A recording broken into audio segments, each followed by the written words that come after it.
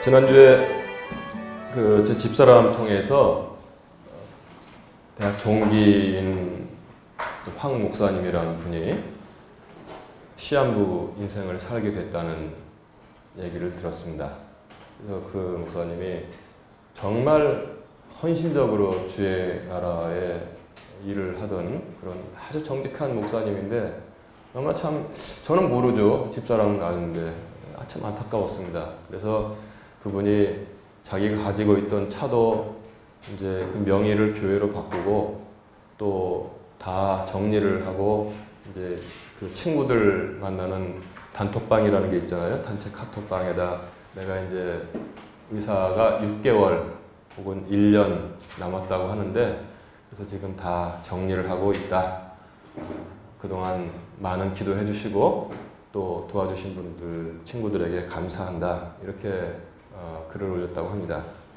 그래서 참 마음이 아픈 중에 또 우리 권사님도 서울에 진료를 받으러 갔는데 지난번에 의사 선생이 말하기는 뭐 아닌 것 같다, 괜찮을 것 같다 라고 얘기를 했다고 하는데 이번에 검사 결과 나온 바로는 조금 치료를 해야겠다 이렇게 결론이 난 모양입니다. 그래서 한 6번 정도 치료를 해야 된다고 하는데 그 말을 또 들었습니다.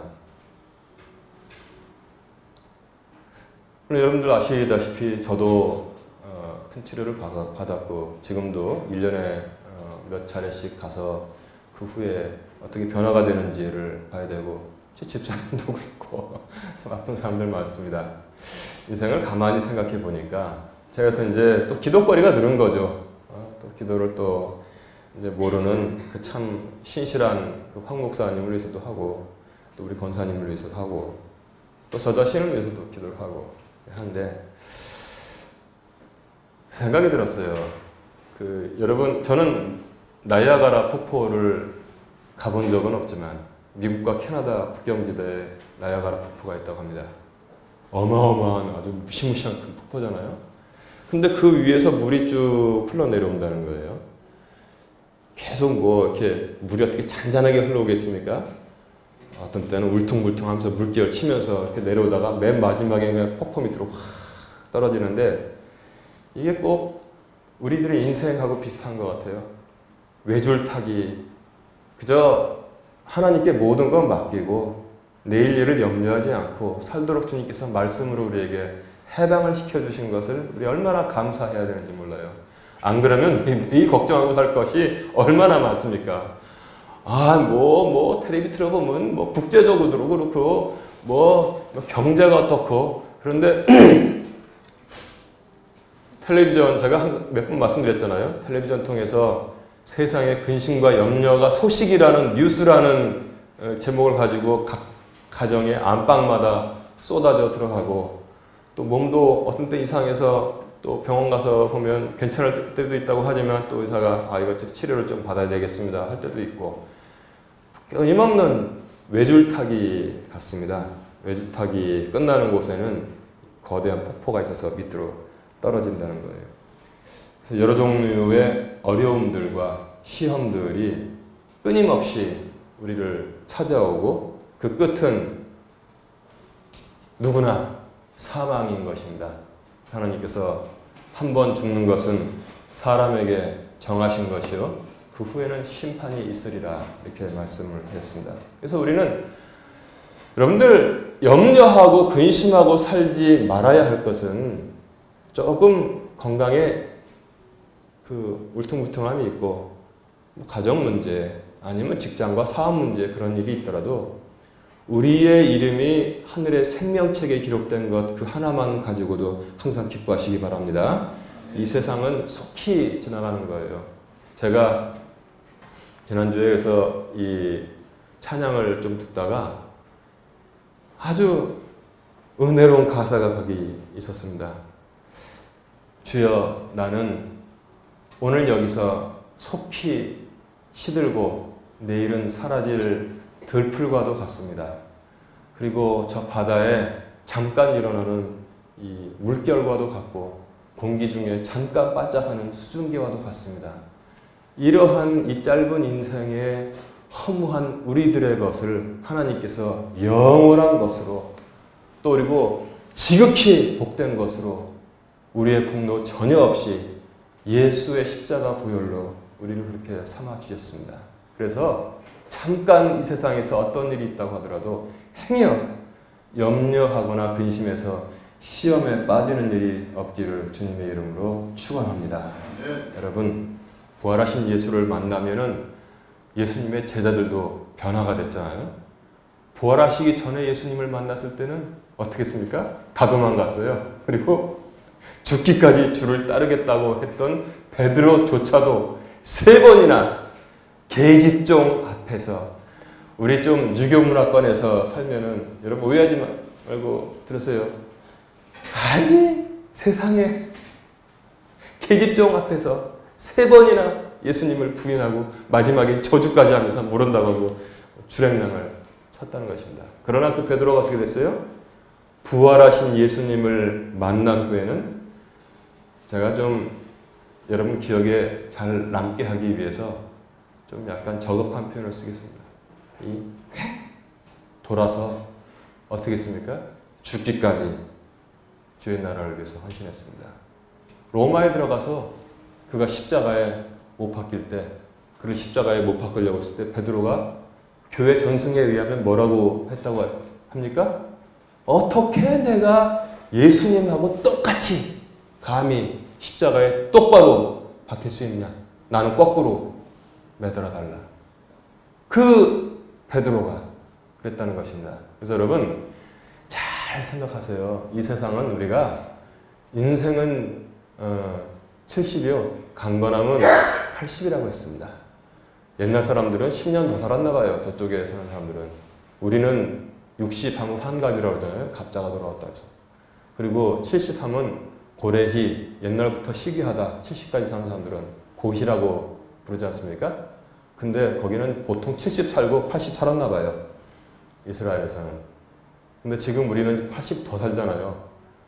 제 아무리 90, 100살 살아도 하나님의 긴 시간에 보면은 그 순간도 안 되는 것입니다. 거기서 우리가 살면서 모든 것이 거기에 다 걸린 양 그냥 일일비하고 막 울고 웃었다 울었다 이렇게 사는 것은 하나님이 원하시는 것이 아닙니다. 하나님이 이 땅에 사는 동안에도 우리를 붙잡고 계시는 것을 믿고 감사하시기 바랍니다. 그 믿음이 우리 안에 굳건하게 뿌리를 내리고 있을 때는 복이 있을 것입니다. 어떤 복입니까? 평안의 복을 먼저 하나님께서 주시고 믿는 자에게 하나님께서 은혜를 주시는 것입니다. 그래서 우리가 외줄타기와 거대한 폭포로 마감되는 것 같은 인생을 사는데 인력으로 해결할 수가 없다는 거예요. 인력으로 해결할 수 있는 일들은 사실 문제가 되지 않아요. 내일 서울에 가서 어떠한 일 보고 내려와야 된다. 그거 가지고 염려하는 사람이 있습니까? 근심하는 사람이 있어요? 표 끊어서 올라가서 일 보고 내려오면 돼요. 할 수 있는 일은 염려 안 합니다, 사람들이. 근데 자기가 할 수 없는 일들을 염려하고 근심하게 되어 있습니다.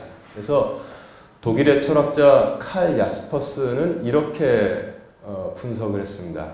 그는 철학자니까 신앙을 잘 모르잖아요. 야스퍼스 왈. 사람들이 왜 종교를 갖느냐? 그 이유는 한계 상황이 분명하게 존재하고 있기 때문에 그렇다 그랬습니다. 칼 야스퍼스의 한계 상황이라는 것은 무엇이냐? 예를 들어서 불치병. 제 아무리 뭐 돈 쌓아놔도 불치병 걸렸는데 어떻게 됩니까? 복음서에 보면은 부자가 아주 추수를 많이 했어요. 그래서 복간원에 다 들여놓고 뭐라고 말합니까? 내 혼아 즐거워하여라. 오늘부터는 이제 먹고 마시며 즐거워할 거다. 그랬더니 이 어리석은 부자야, 내가 오늘 밤에 너의 생명을 다시 찾으면 내가 예비한 것이 누구 것이 되겠느냐? 응?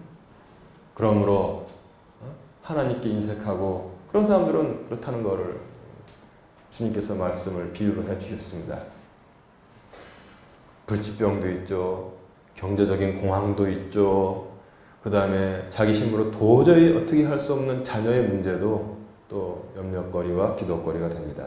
그리고 제일 마지막에는 야스퍼스는 뭐라고 했냐면 전쟁도 있습니다. 전쟁 나면 얼마나 난립니까? 그래도 요즘 전쟁은 좀 신사적으로 됐어요. 그래서 뭐 서지컬 범위라고 해서 외과 의사가 수술하듯이 고기만 콕콕 집어서 과학기술이 워낙 발달했으니까 뭐 그렇잖아요. 옛날에는 전쟁이 일어나면 어떻게 됐습니까? 소달구지에다가 다 냄비고 뭐 이불거리고 다 싸고 애들 태우고 달그락 하면서 다 피난을 갔잖아요. 근데 오래전부터 그게 몇 년 전인지 저는 기억이 안 납니다. 전쟁이 안방에까지 중계가 되는 해가 있었어요. 저 이라크 걸프전 때죠. 걸프전 때 안방에 앉아가지고 전쟁이 일어나는 것을 보고 있어요. 그 비행기에서 스마트 폭탄이라고 그러잖아요. 그거 턱 떨어뜨리면 옛날에 무조건 내려와서 그냥 복불복으로 맞는데 맞고 빗나가는데 지금은 고소 이렇게 이렇게 조종을 하잖아요. 화면을 보면서 조종사가 앉아가지고 그렇게 조종하니까 거기 벙커가 있는데 요만한 하얀 저기가 있더라고요. 그게 이제 그 굴뚝이라는 거예요. 굴뚝. 벙커 뚫기보다 굴뚝으로 폭탄 들어가게 하려고 이렇게 조종하니까 이렇게 해가지고 팍 들어서 그냥 다 폭파가 일어나는 걸 보고 이야 기가 막히는구나. 전쟁 장면이 그 현장이 지금 안방으로 지금 두개가 돼가지고 저녁 먹으면서 그거를 보고 있는 때란 말입니다. 그럼에도 불구하고 전쟁이 일어난다는 것은 칼 야스퍼스 입장에서는 한계 상황입니다. 우리 같은 사람들에게 뭐 민간인들에게 그거 어떻게 하겠어요? 국가가 더불어서 지금 싸우고 있는데 그런 모든 것들 끝에는 무엇이 있느냐? 바로 죽음이 있다는 것입니다. 병도 안 걸리고 전쟁도 안 겪고 잘 살아왔는데 그래도 끝에는 죽음이 기다리고 있다는 것입니다. 그러니까 모든 사람들이 한계 상황을 벗어날 수가 없습니다. 그래서 사람들은 각자 종교를 갖는다. 그 야스퍼스는 그렇게 해석을 했습니다. 야스퍼스만 해도 한계 상황은 사람의 힘으로 해결할 수 없는 것이다 라고 일반적으로 봤는데 요새 인본주의가 발달함으로 말미암아 그것을 해결할 수 있다는 주장을 계속하는 인본주의가 있습니다. 그래서 사람들 간의 분쟁도 해결할 수 있고 그 다음에 병도 의학이 발달함으로 말미암아 계속 연장할 수 있다. 그래서 또 요새는 정말 또 허무맹랑하게 들리는 것 같지만 사람이 영원히 살 수 있다. 과학의 힘을 빌어서 그렇게 주장하는 정신나간 사람들도 있습니다. 그 자세한 얘기는 제가 하지 않겠습니다. 그런데 여러분 몇 해 전에 세상을 떠난 애플의 창업자 스티브 잡스라는 분 있죠? 얼마나 똑똑합니까? 전 세계 다국적 기업을 만들었습니다.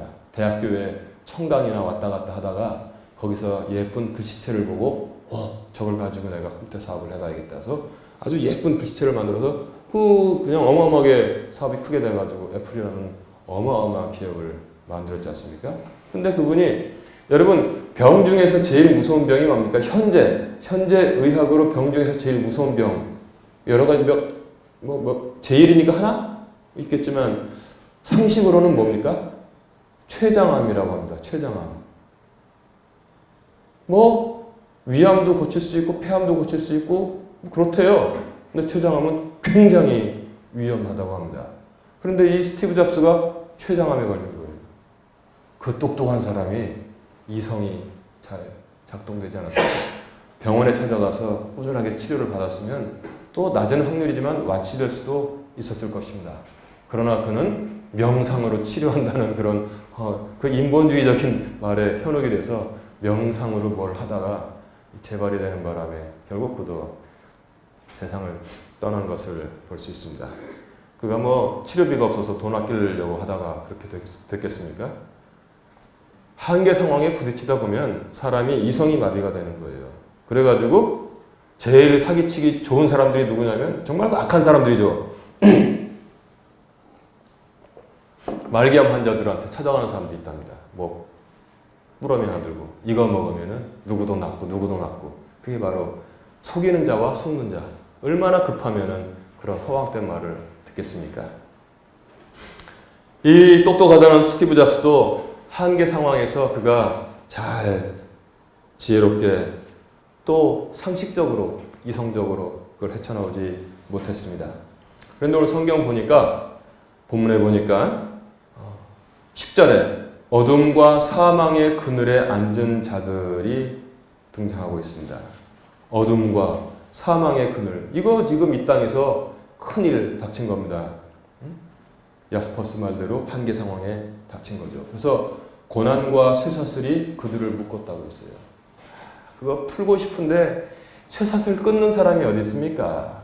옛날에 삼손이나 뭐 끊었겠지만 우리가 어떻게 끊어요? 그러니까 이 사람들이 왜 그렇게 됐냐면 하나님의 말씀들을 거역하고 하나님의 계획들을 멸시한 사람들이 어둠과 사망의 그늘에 앉아있게 되니까 고난의 쇠사슬이 그들을 둘렀다는 것입니다.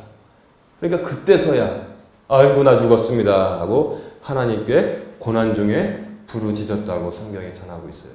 그랬더니 하나님은 얼마나 참 은혜로우신지 또 용서를 항상 해줘요. 그러니까 예수님께서 뭐라고 했습니까? 주여 우리가 친구가 나에게 범죄했으면 7번 용서하면 됩니까? 그 정도면은 그랬더니 7번씩 70번을 용서해 주어라. 그렇게 말씀을 해 주셨습니다. 근데 우리는 뭐 합니까? 3번 안 속는다. 3번. 부부 사이에도 하나, 둘, 부모 자식과도 셋. 3번 넘지 못하잖아요. 3번 넘으면 그래도 좀 보통은 되는 거예요. 보통 한 번에 그냥 그러는 사람들이 태반인데 하나님은 무한히 용서해 주셔요. 아마 죽기 전까지 죄 짓던 사람이 하나님께 회개해도 하나님은 용서해 주실 것입니다. 아멘? 그 이야기가 어디 나왔습니까? 십자가에 달렸을 때 한 강도는 예수님을 조롱하고 그랬는데 한 강도는 야! 우리가 동일한 정죄를 받고도 감히 주를 욕하냐? 주여 당신의 나라에 임하실 때 저를 좀 기억해 주시옵소서. 십자가 위에서 죽기 직전이에요. 지금 헐떡헐떡. 그게 뭡니까? 내 평생 강도로 살아서 이 모양 이 꼴이 됐는데 주님 당신의 왕국에 갈 때 나를 좀 기억해 주세요. 주님께서 뭐라고 했습니까? 오늘 내가 나와 함께 낙원에 있을 것이다 했어요. 얼마나 기회를 끊임없이 주십니까? 주님은. 그래서 감사하죠. 그래서 그거를 좀 잘 생각해 보세요. 그게 감사한 사람들이 있고 그래서 안심이 돼서 그냥 계속 가는 사람들이 죽기 전에 회개하겠다. 그럼 안 되는 겁니다. 얼마나 감사해요. 또 두 번째 보니까 온갖 종류의 음식물들을 몹시 싫어하게 되었습니다. 이게 지금 위험에 빠진 거예요. 큰 병에 걸린 거예요. 이유가 뭐냐? 어리석은 자들과 범법과 불법들로 인했다 그랬습니다.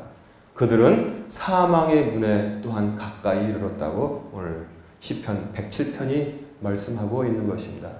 그랬더니 그들도 고난 중에 부르짖었더니 하나님께서 또 그들을 또 구원하신다고 말씀하십니다. 온갖 종류의 음식물들을 몹시 싫어하는 경우가 있느냐? 일종의 정신병이 그런 거 하나 있다고 제가 들었습니다. 그 식사를 거부하는 정신병이 있대요. 그래서 식사를 거부해서 미국에 있는 아주 유명한 제가 어렸을 때 참 좋아하고 지금도 듣던 가수가 굶어 죽었어요, 세상에. 카펜터스라고.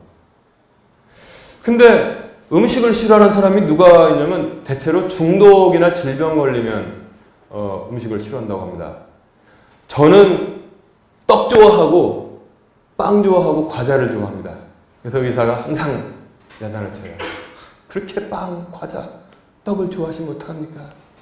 이 콜레스테롤이 높아지잖아요. 나는 그 고기 많이 먹어야지 올라간 줄 알았더니 그게 다 콜레스테롤이래. 그래서 속으로 난 지금 왜 나는 애들처럼 빵, 과자, 떡을 좋아할까? 내 친구들은 안 좋아하는데. 내 친구들은 떡 안 먹어요. 동창들 보면은 과자도 잘 안 먹어. 근데 그 친구들 가만히 보면은 이 술, 담배를 많이 하기 때문에 그거 안 먹더라고. 근데 술, 담배를 아주 많이 하는 사람들은, 중독이 된 사람들은 과자도 거의 안 먹는데요. 빵도 안 먹고. 근데 뭐냐면 그 이제 음식을 잘 안 먹어. 안 챙기는 거야. 그러니까 옛날에 어떤 사람이 있었는데 알코올 중독자였었대요. 술을 안 마시면 손이 떨리고 어떻게 안정이 안 되는 술로 사는데 이 친구가 예수를 영접했습니다. 그래서 술을 예수의 은혜로 딱 끊었어요. 예수의 은혜로 술을 끊었습니다. 그때 술 친구들이 야, 같이 마시자. 그랬더니 그 친구가 예수 믿은 후로 술을 안 마신다. 그랬더니 성경 지식이 있는 술 친구가 있었어요. 이 친구야, 성경 읽어봐. 예수님도 물로 포도주를 만드셨어. 아니, 물로 포도주를 만들어 주셨다는 것은 무엇인가? 술을 마시라고 그렇게 만들어 주신 거 아닌가? 이렇게 설득을 했습니다. 그랬더니 교회에 막 다녀서 술을 끊은 친구가 말하기를 나는 성경 지식이 짧아서 예수님께서 물로 포도주를 만들어 주셨는지는 모르지만 그러나 예수님께서 내가 마시던 맥주를 우리 집에 새 살림살이로 바꿔주신 것은 확실하네. 그래서 맥주 마시고 술 사 먹던 돈으로 이제 집안 살림 새로운 거를 이렇게 산 거예요. 그러니까 자기가 마시던 맥주가 새로운 살림살이로 바뀌었다는 거예요. 이것은 기적이네. 예, 그랬다는 거예요. 맞습니다. 하나님께서 그렇게 선한 일을 우리에게 행해 주시는 것입니다. 그런데 어둠과 사망의 그늘에 앉은 자들, 온갖 종류의 음식물들을 몹시 싫어해서 고난과 쇠사슬과 사망의 문 앞에 딱 선 이들에게 20절에 은혜로운 말씀을 주셨잖아요. 이때 무엇을 보냈습니까? 말씀을 보내셔서 고치시고 건지신다고 말씀하고 있습니다. 말씀을 보내셔서 고치시고 건지신다. 우리 모두에게 은혜가 있구나. 우리 모두에게 어마어마한 능력으로 고치신다는 거예요. 말씀을 볼까요? 창세기 1장 1절 태초에 하나님이 천지를 창조하시니라. 어둠이 흑암 중에 있고 또 그리고 뭐예요? 하나님의 신은 수면 위에 운행하시니라. 옛날 성경에 그렇게 돼 있었잖아요. 하나님이 가라사대 빛이 있으라 하심에 빛이 있었고 그 빛이 하나님 보시기에 좋았더라. 그리고 그 이후에 뭐예요? 모든 것을 하나님은 말씀으로 온 세상 우주를 창조하신 것을 여러분 믿습니까? 네. 그 창조하신 말씀이 여러분들의 그 고질병을 고칠 수 있는 능력을 가지고 있다는 사실을 여러분 믿습니까? 네. 그럼 믿음대로 될지어다. 네. 믿음대로 될지어다. 아멘. 말씀으로 세상을 창조하시고 요한계시록까지 쭉 보니까 모든 것을 말씀으로, 중간에도 말씀으로 요한계시록까지 가보니까 이 세상을 심판하실 때 예수님의 입에서 날카로운 칼들이 나왔다고 그랬어요. 그게 뭡니까? 저는 어렸을 때 성경만 읽었을 때 예수님이 낙인 줄 알았어. 보니까 무슨 머리카락이 불 같고 빛나고 촛불 사이에 있고, 근데 무슨 머리가 긴 귀신이 촛불 사이에 있는 것 같고, 그의 발은 무슨 달렬한 쇠 같고, 빛이 번쩍번쩍 나고, 그의 입에서 날카로운 칼이 나와서 약한 사람들 죽인다는 거예요. 이 영락 없는 마귀구나. 근데 나중에 보니까 예수 그리스도를 그렇게 표현했어요. 그러니까 무식하면은 성경도 그렇게 잘못 이해하게 될 수밖에 없어요. 왜 칼이 말씀이냐? 히브리서 4장 12절 13절 하나님의 말씀은 살아있고 권능이 있으며 양날 달린 어떤 검보다 예리하여 혼과 영과 및 관절과 골수를 찔러 둘로 나누기까지 한다. 이 말씀들을 모르니까 성경을 갖다가 잘 이해하지 못했던 것입니다. 말씀으로 창조하시고 말씀으로 심판하십니다. 그 중에는 뭡니까? 말씀으로 병을 고치시고 말씀으로 죽은 자를 살리시고 말씀으로 구원하신 것을 성경으로 얘기 잘하고 있잖아요. 우리 믿음에서 말씀을 빼면 뭐가 있냔 말이에요. 말씀. 그래서 종교개혁이 일어났잖아요. 마틴 루터가 그래서 오직 은혜로만, 오직 믿음으로만, 오직 졸라 스크립트라, 오직 성경 말씀으로만. 카톨릭은 뭡니까? 말씀 더하기 교회의 전통이다. 그래서 거기서는 아주 뭐 예식을 굉장히 중요롭게 그렇게 하고 있습니다. 그래서 많은 사람들이 헷갈려요. 천주교 가면은 뭐 힘과 뭐 그 빨간 빵모자도 쓰고 뭐 망토도 있고 뭐 여기다 뭐 목걸이도 뭐 번쩍 금전으로 해가지고 막 이렇게 하고 막 해가지고 막 라틴어로 옛날에 알아듣지도 못하는 라틴어로 뭐 그냥 뭐 라우타테 도미눔 졸라 피데 뭐 그러면 뭐 알아들어요. 그냥 좋다고 그래 나와서 뭐 찍어가지고 막 주면 이걸로 내가 뭐 그건 뭐였다고 그러는데 그게 다 허상이라는 것입니다. 말씀을 쏙 빼버리면 말씀이 육신이 돼서 이 세상에 오신 분이 예수 그리스도인데 말씀을 쏙 빼버리면 거기에 뭐가 남아요? 속빈 감정이죠. 그래서 종교개혁 이후에 제대로 된 기독교는 말씀의 시간이 제일 중요한 것입니다. 말씀이 없으면은 아무것도 아니란 말이에요. 예배 시간이. 무슨 성가대 찬양대가 저 교회는 성가대 찬양대가 이렇게 문제가 많은 그런 신앙인 것입니다. 말씀을 보내셔서 고치시고 건지신다 그랬습니다. 여러분 말씀을 대할 수 있는 기회는 누구에게나 있습니다. 기회가 다 있다는 사실을 잊지 마시기 바랍니다. 질병을 고칠 때 우리의 생각은 어떻게 됩니까? 저는 수술도 받고 약도 또 복용을 했지만 수술은 좀 확실한 것 같아요. 직접 띄어내니까. 근데 약은 좀 확실하진 않은 것 같아요. 왜냐면 먹어서 들어가서 아니 주사를 맞아서 이렇게 퍼져가지고 이렇게 치료한다고 하니까. 그런데 약은 좀 덜 남겨두는 것 같아요. 왜냐면 아주 미세하게 다 퍼지니까. 근데 수술은 사람 눈으로 보고 하는데 그거 뭐 어떻게 다 제거하겠어요? 안 좋은 거를. 일장일단이 있는 것 같아요. 이게 문제가 같아. 수술의 장점도 있고 약의 장점도 있고 그러니까 장점 다 모아가지고 중요한 경우에는 둘 다 하는 거 제가 이렇게 상식으로 알고 있습니다. 그러나 허점은 어디든지 다 있습니다.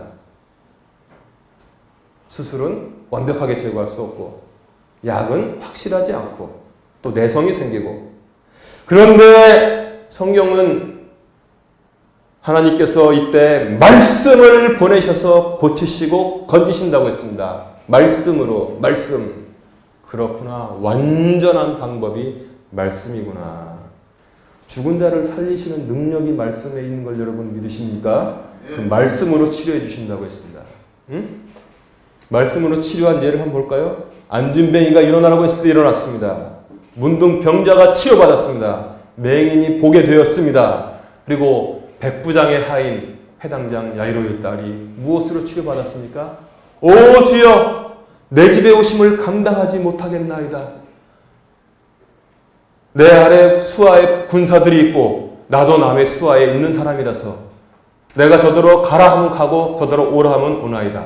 말씀으로만 하옵소서. 아멘. 이 백부장의 입에서 나오는 놀라운 고백이 있었습니다. 놀라운 신앙 고백에 놀라운 은혜가 임하는 것입니다. 가라. 내가 이스라엘에서도 이만한 믿음을 보지 못하였노라. 로마 백부장이 자기 하인을 위해서 가라. 내 믿음대로 될지어다. 그 강력한 믿음 앞에서 녹아지지 아니할 질병이 어디 있습니까? 한번 들어보세요. 무슨 눈 못 보는 거? 췌장암? 위암? 뇌종양? 말씀 앞에서 녹아지지 아니할 병, 해결되지 아니할 문제가 없다는 사실 여러분 꼭 회복하시기 바랍니다. 오 주여 말씀으로만 하옵소서. 그리하면 낫겠나이다. 가라. 내 믿음대로 될지어다. 말씀으로. 하나님은 말씀으로 치료하십니다. 생명도 연장하십니다. 이제 내가 죽을 때가 됐으니 내 집을 정리해라. 이사야가 그렇게 말하고 누구한테 이렇게 말했습니까? 히스기야 왕한테. 그리고 자기 집으로 갔어요. 그랬더니 히스기야가 벽을 향해서 앉아서 통곡을 하면서 물었습니다. 오 주여 내가 주 앞에 온전하고 전심으로 행한 것을 기억하여 주시옵소서 하고 그가 심히 통곡하니라.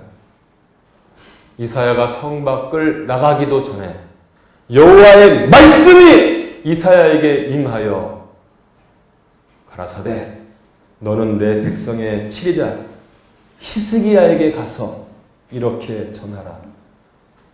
내가 내 기도를 들었고 내 눈물을 보았노라. 내가 너의 연한을 15년을 더하겠다.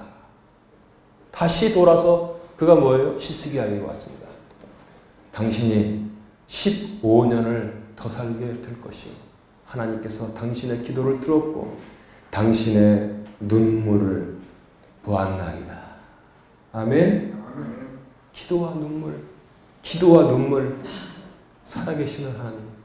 그래서 제가 어저께 또 그 소식 듣고 제 집사람 대학 동기 황 목사님 위해서 하나님, 그가 그렇게 열심히 성실하게 목회를 했다고 하는데 히스기야에게 하신 것처럼 15년을 더해 주시기를 간절히 바랍니다. 기도했습니다. 말씀으로 하나님께서는 죽을 병을 고치셨습니다. 두 번째는 무엇이냐? 인생의 수렁에서 하나님께서 말씀으로 구원하십니다. 인생의 수렁에 빠진 사람들 많잖아요. 요셉이 그랬잖아요. 제가 몇 번 말씀드렸지만 이집트로 그 사랑받는 아들에서 이집트로 노예로 끌려가가지고 낙타주에 끌려가지고 밧줄 묶여가지고 도망갈까봐 이 수갑처럼 묶어서 그리고 도망가면 안 되고 옷을 다 벗겨가지고 비참하게 끌려가서 노예시장에서 이러고 서 있으니까 보디발이라는 사람이 와가지고 저놈 또리또리하게 생겼다. 얼마요? 사가지고 집으로 끌고 왔습니다. 집에서 청소나 해라. 맨날 닦고 쓸고 개밥 주고 돼지밥 주고 뭐 그랬을 거예요. 응? 그러나 하나님께서는 그에게 꿈을 통한 말씀을 주셨습니다. 내가 너를 향한 계획이 있다는 것입니다. 아멘? 계획이 있다는 것입니다. 그리고 결국 뭡니까? 그 계획대로 해와 달도 절하는 그러한 은혜를 요셉에게 허락하셨습니다. 여러분, 또 모세는 어떻습니까? 모세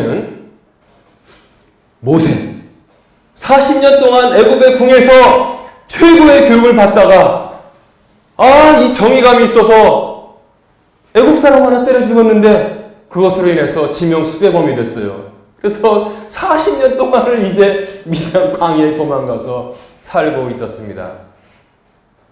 인생의 수렁에 빠진 것이라고 우리가 생각해 볼 수 있어요. 그렇게 잘 나가다가 어디 뭐 번지수도 없죠. 거기 번지수도 없는 곳에 가서 1, 2년도 아니고 40년을 조선시대에 우리가 학교 다닐 때 뭐 국어 시간에 배웠잖아요. 선비란 자들이 관직에서 떨려나가서 저기 귀양지로 보내면은 임금님을 그리워하면서 남녀 상열지사를 빗대서 마치 임금을 사모하는 여인의 마음처럼 모르겠어요. 저는 뭐. 한 자리가 그리운 거겠지. 한 자리가 그게 무슨 뭐 임금이 그리워서 자기 내쳤는데 님 향한 일편단심. 정몽주 그건 난 뭐 인정합니다. 근데 어디 보면 다 그렇잖아요. 우리 그 고문에 보면 자연의 병이 입어 중림에 누웠더니 한 자리를 맡기시니 어와 성문이 만극하다. 연침은 들이라라 그냥 아주 그냥 하짓고 물러서니 옥절이 앞에 섰다. 그리고 저 강원도로 또 한 자리. 그냥 그 바라고 있지 않습니까? 몇 년 기다리는 거잖아요. 그런데도 막 그냥 속이 타가지고 요즘도 정치인 뭡니까? 좀 떨려나면 저 지방에 수영 기르고서 뭐 산도 다니고 뭐 하고 뭐 어디 가고 강진까지 와가지고 막 토굴에도 있었잖아요. 그 뭡니까? 제기를 막 바라는 거 아닙니까? 모세는 그런 것도 없이 40년을 거기서 보냈습니다. 그것도 야곱은 임금이나 받았지 임금도 하나도 못 받고 장인 양이나 치고 있었는데 그러면 사람들이 어떻게 생각합니까? 모세가 잘 나가다가 인생의 수렁에 깊이 빠졌구나. 얘는 이제 끝났다. 이렇게 보는 거예요. 그러나 하나님께서 말씀을 보내서 그를 수렁에서 건져내셨습니다. 아멘. 여러분들, 그래서 질병도 인생의 수렁도 아무것도 아니라는 사실을 여러분 항상 감사하시기 바랍니다. 하나님은 여러분들에 대해서 전부 다 계획이 있습니다. 계획 없이 그냥 막 했겠어요? 하나님께서 계획이 있습니다. 인생에 염려하지 마세요. 또 말씀으로 구원받은 사람이 누굽니까? 예레미야 선지자. 그냥 저 못된 놈은 예레미야를 묶어서 저기다 넣어가지고 땅속에다가 동굴에다 쳐박아가지고 물탱크에다가 굶어 죽게 만들어라. 했더니 그가 지문에 딱 갇혔습니다. 그랬는데 하나님께서는 잊지 아니하십니다. 40년 모세를 잊지 아니하시고 감옥에서 감옥으로 들어간 요셉을 잊지 아니하신 것처럼 예레미야를 잊지 아니하셨습니다. 예레미야서 37장 38절 내용 읽어보세요. 에디오피아인 신하 에벳 멜렉이 예레미야가 굶어 죽으면 안 됩니다. 그를 어디다 뒀습니까? 하나님이 계속 감동을 시켜주는 거예요. 그래서 거기 찾아가서 왕이 어디 지금 있는 것 같다. 가서 모든 그냥 커튼이고 뭐고 헝겊을 꺼내서 밧줄을 만들어서 예레미야 밑으로 내리면서 당신의 겨드랑이 사이에 끼소서 그래서 겨드랑이 사이에 껴서 딱 묶으니까 위로 끌어올려서 예레미야를 살리셨습니다. 밖에 나가면 모두가 자긴 지금 진흙 속에 앉아서 쉴 수도 없어. 축축하니까. 그 껌껌해요. 밥도 안 줘요. 여러분 이러한 인생의 수렁에 빠져본 적이 있습니까? 거기서도 하나님께서는 구출할 자를 다 대기시켜서 살리시는 것을 믿으시기 바랍니다. 말씀에 기록되어 있잖아요. 말씀에. 이렇게 신비한 사건들이 하나님의 능력과 은혜로 우리에게 일어나는 것입니다. 그래서 낙심하지 말아야 되는 것입니다. 어떤 일을 당해도 낙심하지 마시기를 바랍니다. 왜 낙심을 해요? 믿음이 없으니까 낙심을 하지. 믿음하고 이 의심 불안은 의자 하나 가지고 지금 싸우고 있는 거란 말입니다. 여러분들의 믿음이 이기면은 비켜! 그래가지고 믿음이 딱 앉아있으면 마음이 편안해요. 근데 믿음이 힘이 약해져가지고 근심, 염려가 비켜! 그래가지고 내 자리야. 딱 앉으면 여러분들의 자리에는 근심, 염려가 불신이 앉아있는 거예요. 그러면 삶이 고달프다는 것입니다. 여러분, 이 시간은 역시 말씀이 선포되는 시간인 것입니다. 하나님은 여러분들의 치유가 되는 것입니다. 인상의 것도 육신의 것도 하나님께서 말씀으로 치료하십니다. 아멘! 네. 간단합니다. 이것만 기억하세요. 내가 믿느냐 조금도 의심하지 말라 그랬습니다.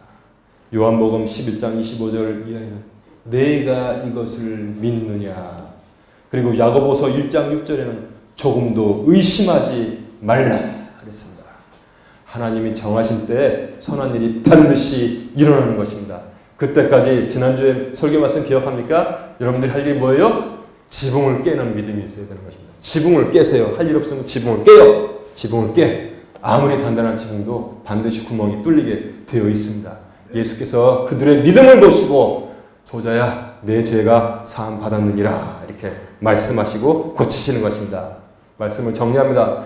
하나님의 말씀은 살아있고 권능이 있으며 양날 달린 어떤 검보다도 예리하여 혼과 영과 및 관절과 골수를 찔러 둘로 나누기까지 하고 또 내 마음의 생각과 의도를 분별하시는 분이시니 그분의 눈앞에서 드러나지 아니하는 창조물이 하나도 없고 모든 것이 우리와 상관하시는 그분의 눈에 벌거벗은 채 드러나 있느니라.